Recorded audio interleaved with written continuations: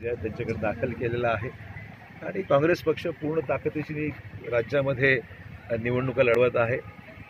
सामदाम दंडभेद करणारे आज दुसरीकडे आहेत आणि त्याच्यासमोर लोकशाही मार्गाने खऱ्या अर्थाने लोकांच्या आशीर्वादाने ही लढत देण्याकरता काँग्रेस पक्ष सज्ज झालेला आहे, एवढं मला सांगायचं. औरंगाबादला आम्ही अब्दुल सत्तार यांना उमेदवारी देऊ केली होती.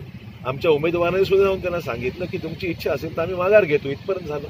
शेवटी निर्णय त्यांना घ्यायचा आहे.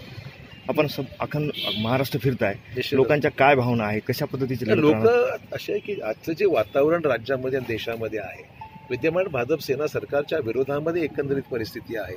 शेतकरी त्रस्त आहेत, व्यापारी त्रस्त आहेत, सुशिक्षित बेकार त्रस्त आहेत, कायदा सुव्यवस्थेचा प्रश्न गंभीर झालेला आहे आणि संपूर्ण देशामध्ये असंतोष मोठ्या प्रमाणावर आहे.